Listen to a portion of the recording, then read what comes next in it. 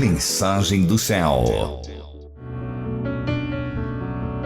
Queridos, retomando aqui a visão, na verdade, do autor de Judeus Messiânicos, eu gostaria muito de trazer essa compreensão e entendimento.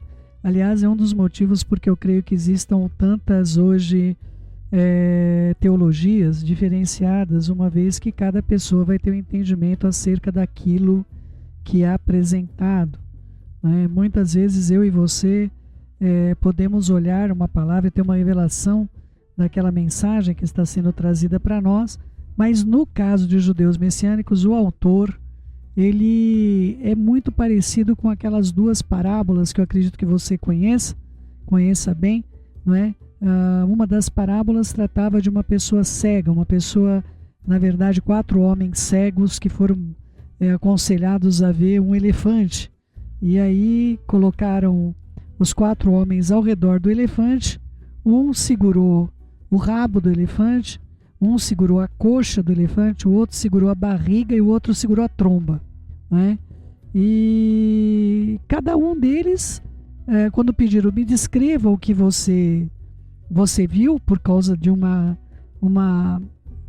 animal tão grande, um animal que as mãos deles não apalparam esse animal por completo, nem seria simples de apalpar esse animal por completo. E outra coisa, eles poderiam ter segurado pela orelha, eles poderiam ter segurado de outra maneira esse animal, mas cada um narrava que tinha visto um animal diferente com as suas mãos, não é? O que segurou o rabo do elefante falou, olha, o que eu vi um animal fininho, peludo, não é? O outro, não, de jeito nenhum, o que eu vi era um animal tão grande, maior do que deve ser um animal que parece com uma árvore, porque da mesma maneira que os meus braços não conseguem ser colocados em torno de uma árvore, os meus braços não conseguiram estar em torno desse animal.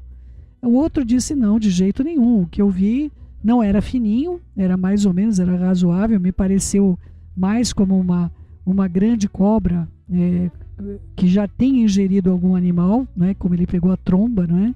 E o outro falou, de jeito nenhum, o animal que eu vi, ele não era parecido com nada que eu vi já sobre, que eu tenha tocado sobre as águas, sobre a terra. E o que eu vi com as minhas mãos era algo que eu já toquei com as minhas mãos na água uma única vez, que ele tinha tocado numa baleia e tinha sentido mesmo a sensação que ele teve ao tocar a barriga do elefante. Então, queridos, cada um, pelo tamanho, a dimensão que a mão dele, ele abria as mãos ali e não conseguia alcançar o fim, ele entendeu que uma vez ele tinha tocado uma baleia lá, que levaram ele para tocar na baleia e falou, olha, esse animal só, a diferença é que ele é seco e a baleia é molhada, mas os dois têm a mesma dimensão. Então, assim, queridos, cada um de nós, de acordo com a revelação que nós temos, que é uma grande revelação da pessoa de Mashiach Yeshua, vai ter uma interpretação acerca da revelação de quem Mashiach é. Mashiach pode ser revelado para você como um amigo, ele pode ser revelado como um maravilhoso conselheiro, pode ser revelado como autoridade, rei sobre os reis, não é?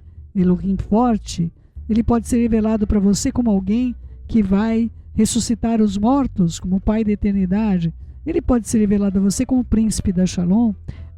O mais importante para nós, quando estudamos o curso, o livro, na verdade, que nem deveria ser considerado, é uma Megilá, é uma carta sobre judeus messiânicos, era que nós pudéssemos absorver não somente a ideia do autor, mas não deixar a compreensão de quem Mashiach é nas nossas vidas como um todo. O autor vai bater repetidamente de que Yeshua é o Kohen Gadol. Ele vai bater que ele é o sumo sacerdote.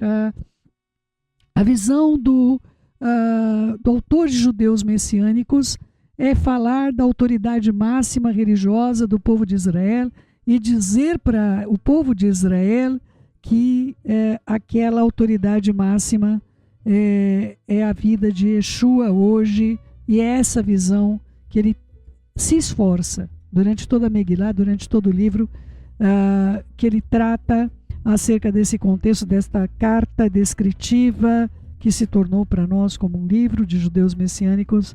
ele vai colocar, como nós lemos, Judeus Messiânicos 7, versículo 28, porque a lei constitui sumo sacerdote a homens sujeitos à fraqueza, mas a palavra do juramento, que foi posterior à Torá, posterior à lei, constitui o Filho perfeito para sempre.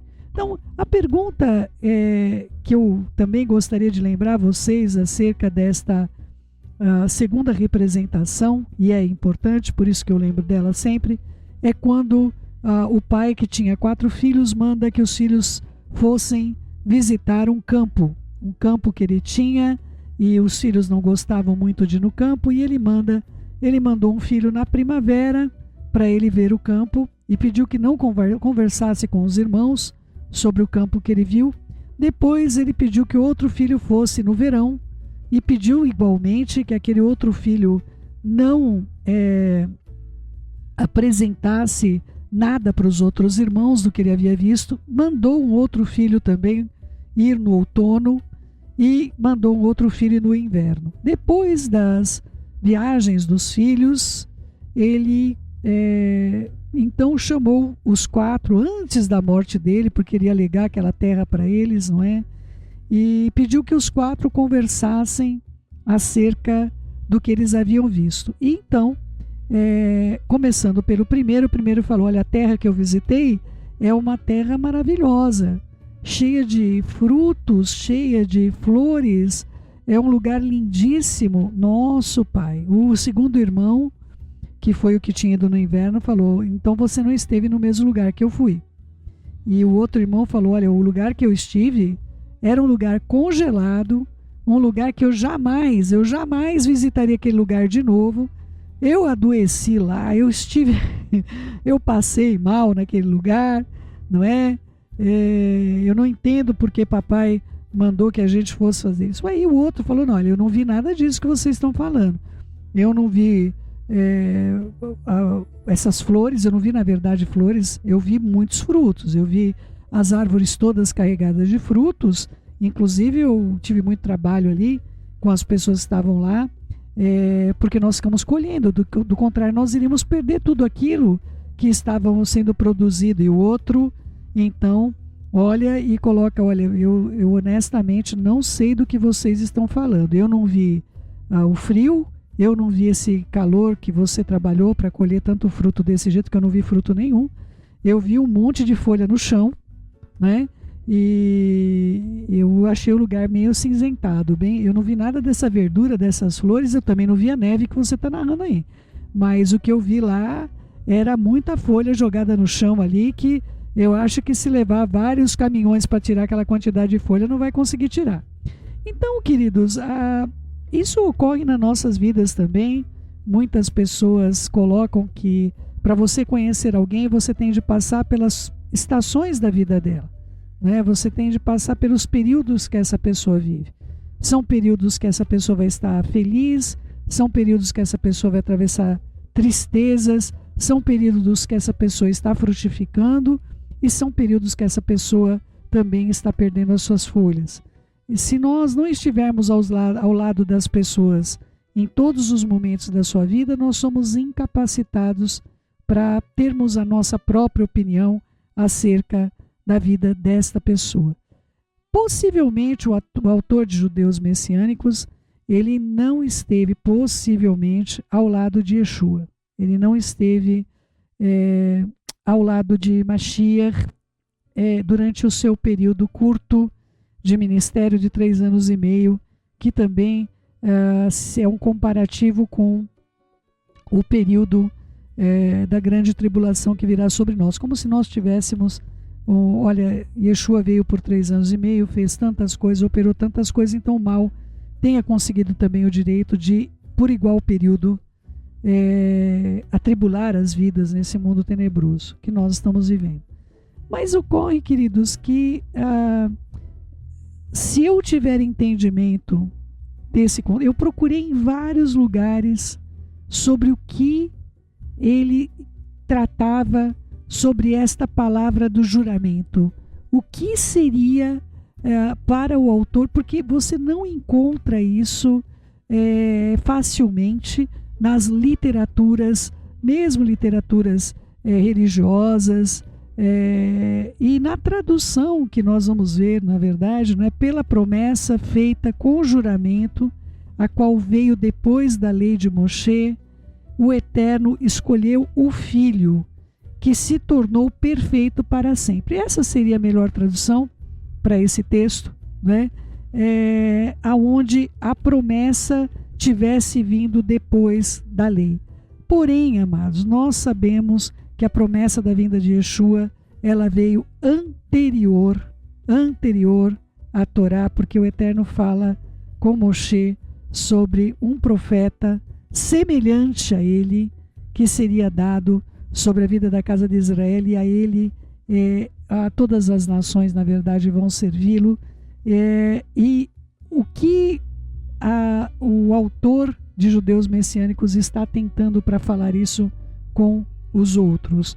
Ele está tentando para que as pessoas olhem para as palavras proféticas, para as palavras de Yeshayahu, para as palavras que falam acerca de um filho se vos deu, palavras que são claríssimas acerca da vinda de Mashiach. A visão deste homem, talvez vivendo um inverno muito grande, com o Império Romano estando ainda duramente sobre a casa de Israel, e ele vendo a dissidência judaica, ele vendo as pessoas convivendo com um Kohen Gadol, que eles diziam, esse Kohen Gadol, ele é um fake, não é? Esse Kohen Gadol que nós temos hoje, ele é instituído pelas orlas romanas, ele nem é escolhido pelo Eterno. Embora o autor de Judeus Messiânicos se poupe de trazer esse contexto, mas o que eu compreendo ao ler esse inverno do autor de Judeus Messiânicos é como se houvesse uma grande oposição às profecias do Messias de Israel, Mashiach ben Davi, o caso de Mashiach e Yeshua, ser reconhecido pela casa de Israel, inclusive pelo Kohen Gadol, ou seja, a autoridade máxima de Israel, não mais eleita pelo Eterno, mas eleita por um império, por um modo político, exatamente como que nós estamos hoje em face de acontecer com a instituição de um Messias político, um Messias que vai resolver os problemas meramente físicos da terra. Não há uma importância colocada de uma maneira a se opor ao Kohen Gadol, mas deixando claro que o autor de Judeus Messiânicos não reconhecia as autoridades existentes naquele período. Então, para eu chegar a essa conclusão, foi muito difícil compreender aquela questão de você ver o mapeamento de um lugar, indo uma única vez, não indo várias vezes, não indo em vários meses, para você compreender como é que aquilo realmente funciona, ou você ver com as mãos, como nós hoje temos acesso às escrituras e que nós temos de folheá-las, anotar no cantinho, não é? Nós temos de fazer uma leitura sistemática das escrituras, mas sobretudo ter a Ruach HaKodesh. E sem a revelação da Ruach é impossível compreender o que o autor de Judeus Messiânicos quer trazer para nós. Quando há uma grande oposição sobre o sistema religioso vigente, porém ele não fala isso com toda a clareza do universo. Talvez em face de uma perseguição muito parecida com o que aconteceu com a Inquisição, onde qualquer pessoa que falasse contra a religião vigente poderia trazer prejuízos, inclusive de morte, sobre si. O autor, que não assina essa carta, não assina essa exposição, até hoje não sabemos quem foi a autoria, ele vai colocar que a promessa feita com juramento veio depois da Torá, veio depois da lei de Moshe. E nós temos de ter entendimento sobre o contexto de que Mashiach foi prometido diante da fundação do mundo, quando o Eterno colocou acerca de um descendente que esmagaria a cabeça da serpente, embora ela lhe machucasse de fato o calcanhar, como foi perfurado o seu calcanhar e também perfurada a parte próxima à sua mão. Mashiach sofreu todas as questões que nós vemos e compreendemos de uma maneira bastante intensa, o sofrimento dele não foi apenas físico, mas foi um sofrimento sobretudo espiritual. Versículo 1 do capítulo 8 diz: a coisa mais importante de tudo o que estamos dizendo tem a ver... deixa eu ler na revista e atualizada, senão eu vou para a linguagem de hoje e a gente confunde as versões. Ora, o essencial das coisas que temos dito é que possuímos tal sumo sacerdote que se assentou à destra do trono da majestade dos céus, como ministro do santuário e do verdadeiro tabernáculo que o Senhor erigiu, não por mão de homem. Então eu tenho entendimento de várias informações em 2 únicos versículos, aonde se espera que o Mashiach de Israel, ele venha realmente, faça com que o templo seja construído. Existe um motivo para o templo hoje não existir. Se o templo existisse hoje, dificilmente alguém esperaria Mashiach. A promessa de que a reconstrução do templo vai ser feita pelas mãos daquele que o Eterno escolheu, e realmente é o grande desafio, porque hoje construir o templo implica em você pensar numa terceira guerra mundial, não é? Dada a calamidade existente e as divergências entre o que nós chamamos de países árabes, que são inimigos da casa de Israel. A descendência de Ismael e outras descendências hoje opositoras, plenamente opositoras à casa de Israel. Outra coisa, queridos, é que o próprio Israel, dentro do território de Israel, ele tem territórios dentro do Estado que nós compreendemos como Israel. Existem territórios para pessoas que odeiam Israel. Se você tiver a oportunidade, eu já tive a oportunidade de ir a Jerusalém, você caminha em ruas, você tem uma parte judaica, uma parte armênia, uma parte árabe, nós temos uma parte também católica, nós temos o mundo inteiro está lá, né, em Jerusalém, representado. Mas é impressionante você saber que pessoas que estão ali, nesses espaços, principalmente na cidade mais sagrada que nós temos sobre toda a terra, a cidade que nós amamos, porque o rei voltará para ela, e aquelas pessoas odeiam Israel. Por que a casa de Israel se expõe a viver o lugar mais sagrado que nós temos em Jerusalém, que é a esplanada do templo, hoje chamada Esplanada das Mesquitas? Esse lugar hoje está com pessoas que odeiam aos judeus, estando no coração de Israel. Isso é uma coisa que nós precisamos ter a compreensão e o entendimento, porque Mashiach, ele coloca que existe um templo que foi feito, e ele não foi feito num ambiente onde existe hostilidade. O templo, onde o reino dos céus não está dividido, assim como o reino do mal, do maligno, não está dividido, o reino dos céus não está dividido, queridos. O Eterno não constituiu o seu tabernáculo, o seu templo, de modo feitos por mãos de homens. Ele não requereu as mãos de trabalhadores para erguer o que ele ergueu, não foi feito por mãos humanas, aonde ele habita. E ele habita no alto e sublime trono, e ele colocou nesse lugar a majestade de Yeshua à sua destra, como ministro desse santuário. Como esse ministro é o Kohen Gadol, é aquele que ministra perante o Eterno. É muito importante nós termos entendimento de que Mashiach hoje, ele trabalha pela expiação de contínuo. Queridos, nós já tratamos isso nos cursos, mas vale a pena a gente lembrar. Eu tenho até temor, queridos, de má compreensão de uma questão como essa. Falei isso ontem, inclusive com a minha família. Yeshua não precisava morrer para perdoar pecados, queridos. Não tenha essa ideia que Yeshua morreu pelos seus pecados. Não tenha essa ideia. Yeshua não precisava de morrer pelos seus pecados. Ele tem poder de perdoar os pecados vivo, sem ter passado pela morte. É muito importante esse entendimento.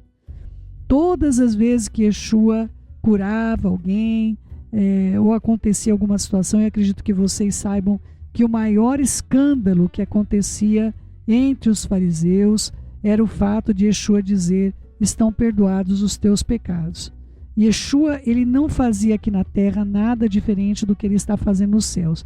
E para fazer isso, ele não precisava morrer por nós. Do contrário, todos que morreram antes de Yeshua não teriam perdão dos seus pecados, porque ele não tinha morrido. Então, o que nós vamos dizer? Então, todo mundo que morreu antes de Yeshua não teve salvação para essas pessoas. Isso não é verdade, queridos. O Yeshua não precisava morrer para perdoar o pecado de ninguém. Você não tem de morrer para perdoar os pecados das pessoas que te fizeram mal. Eu quero deixar isso muito claro. Nós precisamos lidar com o poder que há em nós de perdoar o pecado das pessoas e exercê-lo. É muito difícil quando alguém está fazendo um mal deliberado, alguém que está passando por um mal deliberado, e há pessoas vivendo isso dentro dos seus lares, queridos. Coisas gravíssimas dentro dos seus próprios lares. Mas, querido meu, querida minha, com todo amor e consciência plena, eu deixo para vocês a certeza que eu tenho de que Yeshua tinha e tem, continua tendo, o poder de perdoar os nossos pecados. Essa autoridade foi colocada sobre os ombros dele. Esse é o motivo porque ele está à destra como ministro de Hashem. Porque esse era o papel que o sacerdote, o Kohen Gadol, exercia, o sumo sacerdote exercia perante a casa de Israel. O poder de perdoar pecados. Tá bom, queridos? Então, para que Yeshua morreu, céu? Se ele não morreu pelos meus pecados? Porque Yeshua não morreu pelos pecados, ele morreu pelos pecadores, queridos. Nós confundimos isso muito facilmente. E nós deixamos de ter a revelação clara de quem Mashiach é. Nós confundimos as coisas, queridos. A relação nossa com Mashiach não pode ser pela autoridade dele perdoar nossos pecados, porque ele não precisava morrer por isso, queridos. Se nós não compreendermos que Yeshua veio não para perdoar meus pecados, mas ele veio por causa de uma pecadora. Ele não veio para perdoar os pecados de vocês, ele podia fazer isso sem precisar passar por tudo que ele passou. Mas ele veio para salvar pecadores, queridos. Isso ele não poderia fazer estando diante do Pai nosso que estás no céu, hoje, que se assenta no seu santo e sublime trono. Essa visão de Mashiach, que é o ministro do santuário, do verdadeiro tabernáculo que o Senhor erigiu, não pela mão de homem. O entendimento do que Yeshua está fazendo, o céu. Ele está fazendo o que, afinal, hein? Yeshua está lá trabalhando, o que ele faz lá? Qual que é o ofício dele? O ofício dele é ser ministro do santuário de Hashem. Ele está ali trabalhando hoje para que pecadores sejam salvos. Pecadores sejam resgatados da condenação perpétua. Nossos pecados, amados, podem ser perdoados sem Yeshua ter morrido. Mas a nossa alma jamais poderia ser salva sem isso. Existe um mal dentro de nós, queridos. Esse mal nós não conseguimos dissociar enquanto nós estivermos usando este tabernáculo. Um tabernáculo que não foi feito por mãos humanas. Esse corpo não foi feito por mãos humanas, mas ele foi alterado por outras mãos. E essas outras mãos não tinham o direito de fazer isso conosco. Desde que esse ministério surgiu, nós temos apresentado a vocês que as pessoas estão sendo mudadas geneticamente.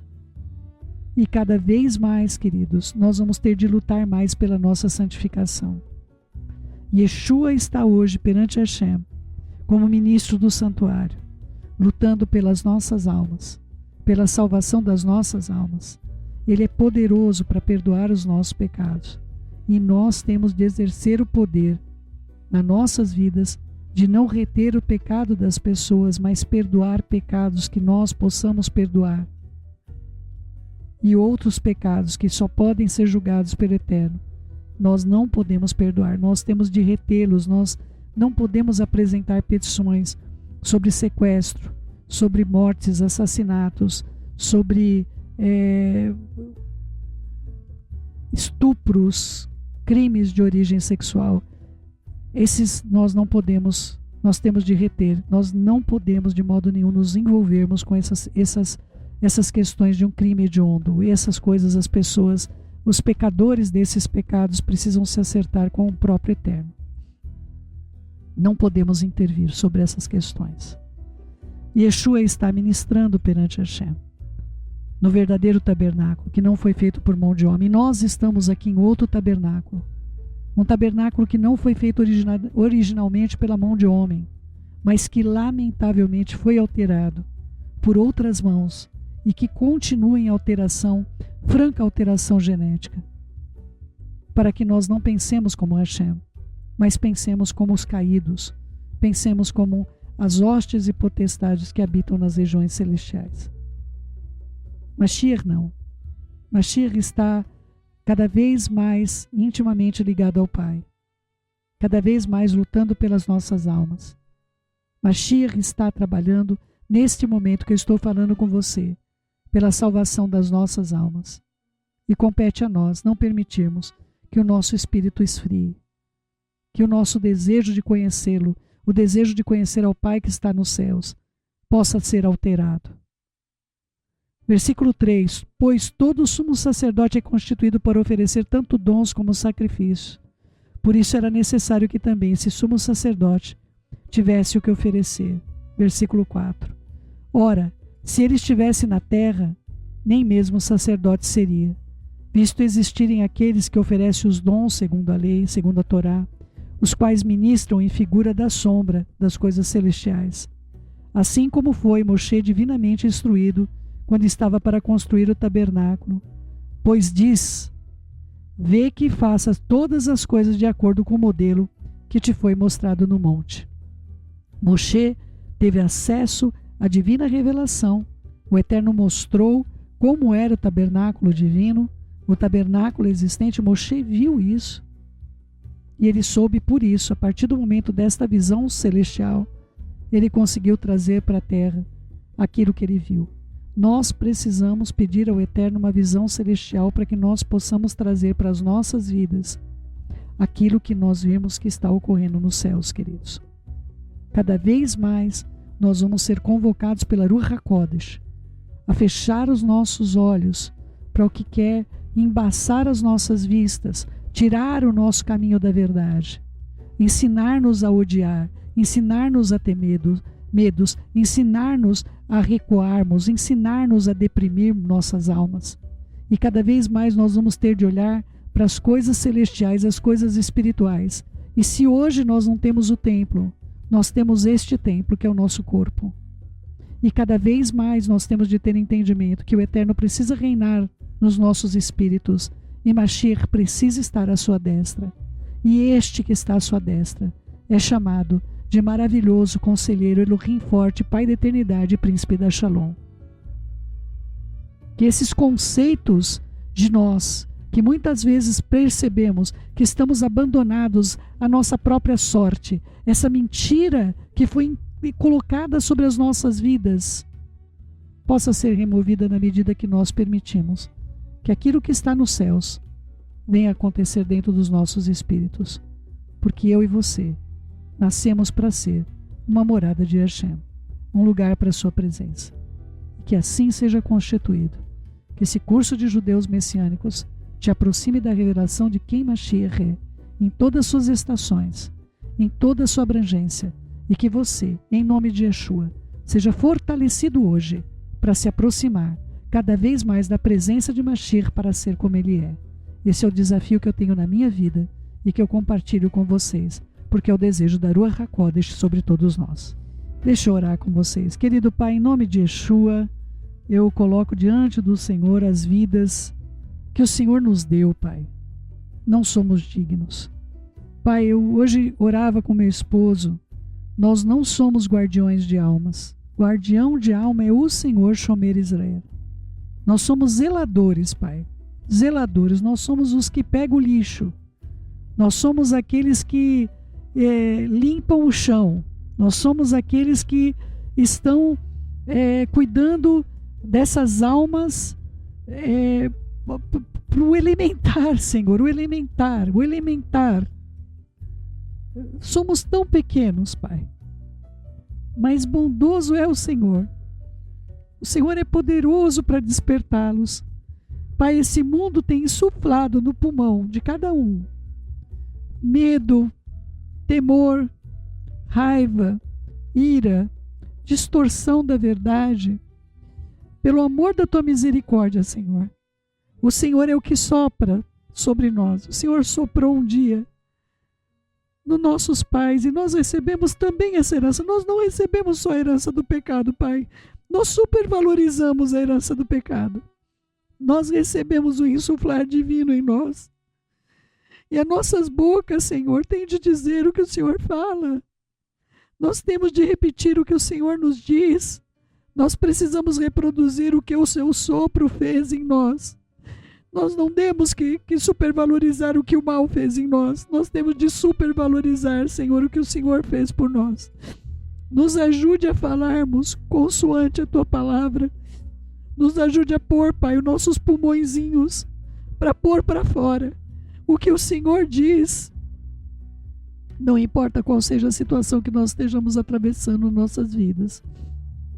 Bondoso e misericordioso é o Senhor, Pai. E na beleza da tua santidade, eu creio que estão todas as coisas. Alcança os meus irmãos, Pai, minha família. Alcança-os neste dia, Pai, que haja equilíbrio, haja a singeleza da tua presença, que eles se deliciem no Senhor, regozijem-se em ti, porque o Senhor não vai nos deixar aqui por muito tempo, Senhor. Nos ajude a aguardar, nos ajude a confiar, nos ajude a te servir. É o que eu te suplico, bondoso Pai. Fica conosco, nós somos teus, dependentes somos da tua bondade. Beshem Yeshua HaMashiach, que o nome dessas pessoas amadas estejam no teu livro, e o meu também, meu Pai. Beshem Yeshua HaMashiach, que assim seja, assim seja.